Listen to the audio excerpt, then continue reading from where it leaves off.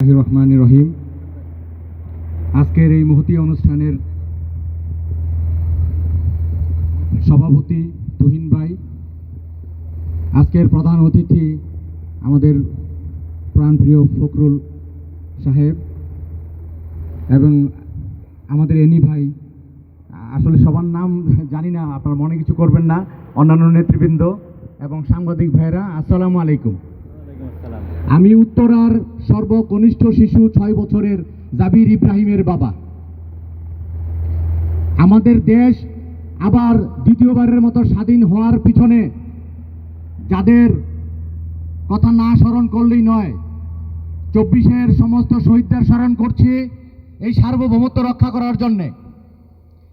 গত 17 বছরের ভিতরে আপনারা খেয়াল করে দেখবেন আমাদের স্বাধীনতা বুলুণ্ঠিত হতে যাচ্ছিল।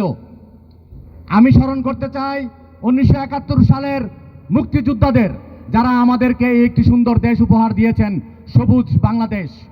সেই বাংলাদেশের আরেকজন রাষ্ট্রপতি, আমি উনাকে স্মরণ করতে চাই, প্রেসিডেন্ট জিয়াউর রহমানকে, যিনি সৌদি আরবে